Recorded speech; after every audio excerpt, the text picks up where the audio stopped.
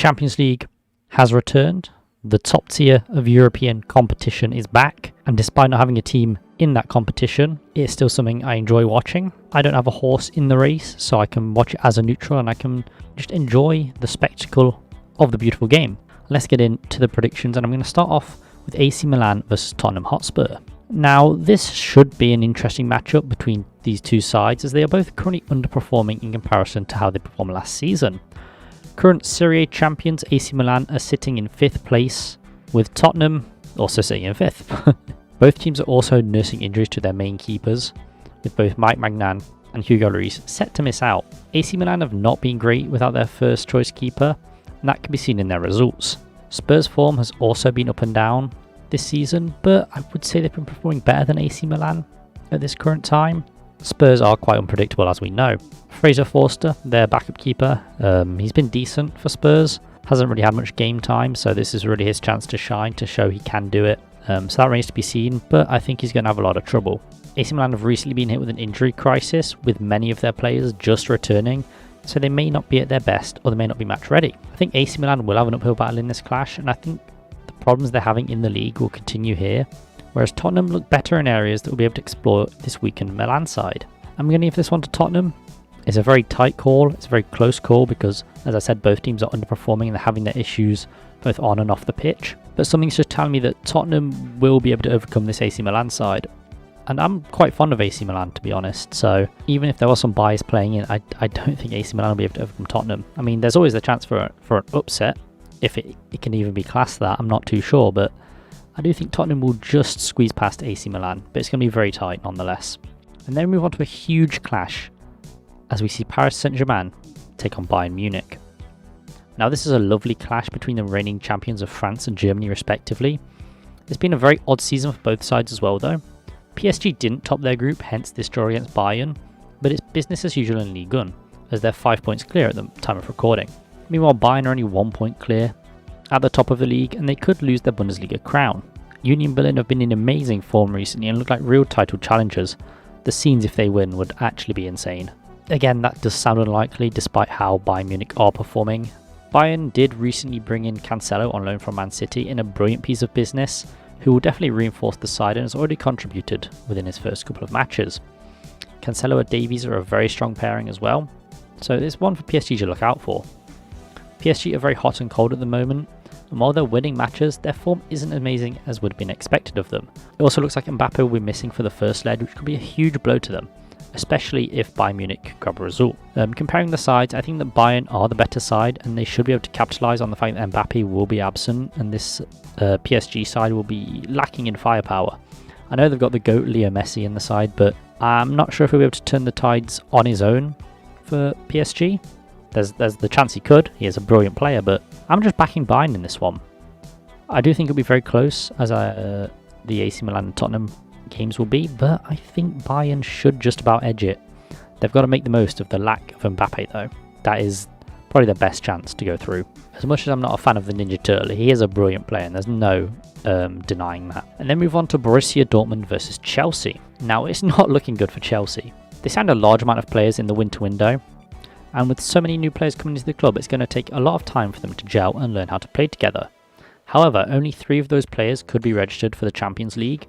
These are the ones they registered, so it's going to be interesting to see how they perform in Europe, because a lot of their team is made up of new players and they're having a bit of an injury crisis as well at the moment. Whereas Dortmund, they're coming into some form in recent matches. They scored 5 against Freiburg recently and are putting up solid performances against other sides too. Haller is back and he'll be a huge tool for them going forward. I mean, he scored on the I think it's the Cancer Awareness Day, which is just an amazing story. I'm so glad that he's got through chemotherapy and he's actually playing football for the first team again. That's great news. Chelsea aren't doing too great in the league at the moment, currently stranded in mid-table. So it's not looking good for them, as I've said. Graham Potter has not got this Chelsea side playing as he wants, and it could take a while for them to actually get to that spot. This Dortmund side is looking very dangerous coming to these round of 16 clashes. Players like Adeyemi and Reina and the aforementioned Haller are finding their form, and it's going to be huge for Borussia Dortmund going forward. They even got Jude Bellingham in their squad, who is an amazing player, who I'll be surprised if he's still playing at Borussia Dortmund in the summer. Schlotterbeck in the back two has bolstered their defence and should make it less leaky. As I mentioned, Chelsea under Potter still look like they're finding their feet, and I think that'll cost them this time. Chelsea do possess a lot of talent in their squad, there's no denying that, but I think Dortmund will cause them a lot of problems. Maybe too many for them to handle. I'm going to have to back Borussia Dortmund in these clashes. I think at the moment, on form, they are the better side, and I think Chelsea will crash out of the Champions League. They looked decent in the group stages, but since then, they haven't performed well in the league, and I doubt they'll perform well in Europe either. I think Dortmund have got this one, to be honest. And then move on to Club Brugge versus Benfica. I think Club Brugge shocked a lot of us as they qualified for the round of 16. Personally, I had them going out of the group myself, but they put up some impressive displays to qualify for the round of 16. Their first 4 matches of this campaign showed that they could defend well, but that was under their former manager Carl Hofkins. Since then, former Bournemouth manager Scott Parker was appointed, but his appointment hasn't gone off to the best start. This will also be his first taste of European football as a manager, so it'll be interesting to see how he gets on. He's not been enjoying success at Club Brugge at the moment. I think the side are currently sitting 4th, which is where they were when he got the job, and they've lost some matches that they should have won, realistically. Benfica, on the other hand, are enjoying plenty of domestic success in Portugal. They're currently sitting top of the league with a healthy margin over Porto. Benfica have only lost 1 match and drawn another 2 in the league so far, and that's even after losing Enzo Fernandez, who is a world-class talent and is definitely a big loss for Benfica. However, that doesn't mean this Benfica side are totally lost without him. They still have quality players such as João Mario and Gonçalo Ramos, who've shown their goal-scoring prowess, although I think Ramos is currently out injured. Their manager, Robert Schmidt, has gotten them playing some great football, even with some of the important players they've lost, such as Nunes and Fernandez. You know, they're still putting up a good fight. They're aiming to be champions of Portugal once again, and they've got a very good claim to that crown. Benfica have been in great form across the field, putting up brilliant defensive and attacking performances. It's not looking good for Bruges. I'm going to back Benfica in this one. Their form is too good to discount, whereas Bruges have not been playing great football. It'll be interesting if they could actually cause Benfica any problems, because I don't think they've got that attacking prowess that they had in the group stages. Like, yeah, they played some impressive matches, got some impressive wins, but they also got a couple of big defeats as well. So it's going to be interesting to see how Bruges do in the round of 16. But I think Benfica should have this pretty easily in the bag. And then move on to Eintracht Frankfurt versus Napoli. I think this one is pretty easy to call. I don't think anyone would have expected Napoli to do as well as they have this season. Both domestically and in Europe, they are very impressive so far. Eintracht Frankfurt have not had the bad season themselves, currently sitting 6th in the Bundesliga. Kolo Muani has been brilliant for Frankfurt. He also almost won the World Cup for France too, if it wasn't for Emi Martinez's brilliant save. His growth this season has been really impressive and is currently Frankfurt's top scorer and assister.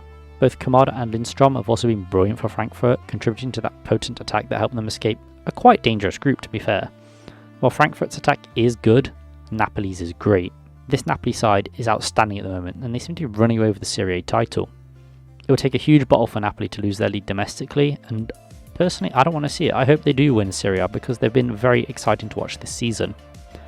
Osimhen is on fire this season, and Kvaratskhelia has been a brilliant replacement for Insigne with 10 goals and 14 assists to his name.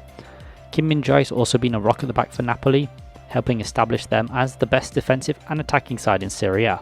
Napoli play some really fluid football and will cause problems for any side they face this season.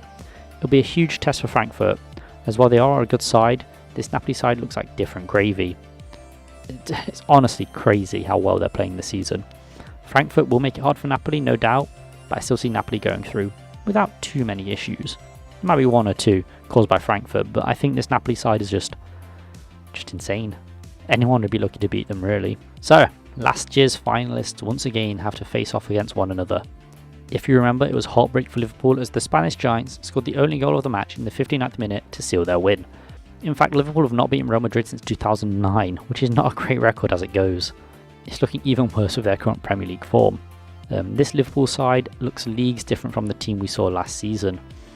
Honestly, looks like they've gone out to play football in some aspects, but to be fair to Liverpool, they've got quite the injury list, but have still dropped some stingers as of late. I mean, 3-0 to Wolves away is never a great result when you were once chasing the title last season, so it's not looking good for them. Unfortunately for Liverpool, their new signings have not been scoring either, which could be chalked up to them getting up to speed in the Premier League.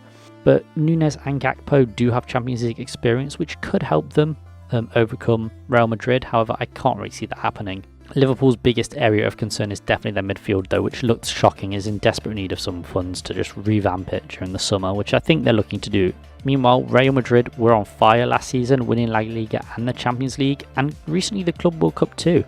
This campaign hasn't gone off to the best of starts for them, currently sitting 8 points behind league leaders Barcelona. They also lost Casemiro in the summer, who will have been really hard to replace, as his impact in the Premier League has been quite clearly seen. Manchester United looking brilliant with him in the squad. Madrid are also without their first choice keeper, Courtois, which has also not helped their form. But Benzema has come back into the side and will hopefully stay fit for this clash. Despite both sides having their issues, Real Madrid currently look like the better squad, and especially with Liverpool's current form, I can only see Real Madrid going forward here. But it would be like the most Liverpool thing to be wallowing in the league but then just smash Real Madrid in Europe, so we never know, but I think it's pretty safe to say Real Madrid are going through. And then move on to Inter Milan versus FC Porto. FC Porto have been in good form this season, sitting second in the Portuguese league. They've also managed to keep up with Benfica. There's quite a big margin between the two, but they're sort of keeping in touch with them. Obviously Benfica are in brilliant form, but Porto are playing well as well. Mehdi Taremi will once again be huge for Porto, as the Iranians their top goal scorer and assister at time of recording. I will no doubt cause Inter some problems. Inter Milan are also doing well this season, currently second in Serie A, only behind the hugely impressive Napoli, but it is by quite a margin. Lukaku hasn't really had the impact as was expected when he returned to Inter Milan from Chelsea, but Lautaro Martinez has stepped up and is the Italian side's top goal scorer. Both Barella and Calhanoglu have been playing well this season too, both chipping with 5 assists each, with Barella also scoring 5 goals too, so they're going to pose a lot of problems for Porto. This is a very tough one to call, as I think both sides do look pretty evenly matched. Either team has the potential to take it from the other, but I'm going to lean towards Inter Milan here.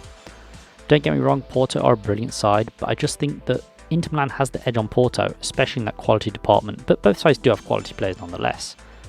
I think Inter Milan will just squeeze past Porto. I think it's the closest of all these clashes to call, as they are very evenly matched, so it should make for some good football. And finally, we have RB Leipzig versus Manchester City. Now this is quite a tough one to call currently. When these draws were made, it seemed like City had been given an easy draw, but recently that hasn't looked so true. This City side has looked different from the side we're used to seeing, a side that should be dominating the Premier League, but the emergence of Arsenal this season has put a stop to that. This City squad is still very strong, and despite what looks like a dip in form from them, they're still playing some great football. There seems to be something going on at City behind the scenes, and it'll be interesting to see how Cancelo's departure affects that. RB Leipzig are in some brilliant form this season as well, despite sitting 5th in the Bundesliga. That's been helped dramatically by the goal scoring form that Nkunku is in, which will be his final season as Leipzig as he's signed for Chelsea next year. Their defence is fairly solid too, and while they have conceded in quite a few matches, it's rarely more than 1 goal, with Guardiola being brilliant in that defence. But since the World Cup, he's been an amazing... I mean, he was great before the World Cup, but since the World Cup, he's also been on his best form, I think. So, props to him. If there ever was a good time to play City, this would be the best, as they've had their dip in form. But I still think they'll be a tough opponent to break down. I think City will overcome Leipzig. Yes, there is the whole cheating controversy surrounding City at the moment, but they look to have taken it in their stride as we saw them dismantle Villa. It will be a very competitive fixture, and I'm sure it'll play some brilliant football, but I can't see Leipzig overcoming Manchester City. They're both good sides, but Leipzig are currently 5th in the Bundesliga, whereas City are battling for the title in the Premier League. So while there has been a sort of dip in form and this Manchester City side do feel a bit different, I still think they'll be able to get through RB Leipzig. Might be a bit of a close affair, but I'm backing City to go far, not just in this round of 16, but I think they'll make the finals, to be honest. That's been my round of 16 predictions for the Champions League. I'm looking forward to European football returning. I will definitely be tuning in for as many of the matches as I can catch. I'm a pretty busy person at the moment, so we'll see what that's like, but I'm looking forward to it. Anyway, if you guys have any other predictions for me, please leave them in the comments below. I'd love to read what you guys are thinking about the Champions League. Obviously, my expertise does not lie in European football, it's more Premier League based, so I could have missed out some very important players or some very important information regarding these sides, but I tried to do as much research as I could, suffering from food poisoning and all. So yeah, I hope you guys have a great day. If your team's in the Champions League, I hope you do well, unless it goes against my predictions. And I shall see you guys in the next video. Peace.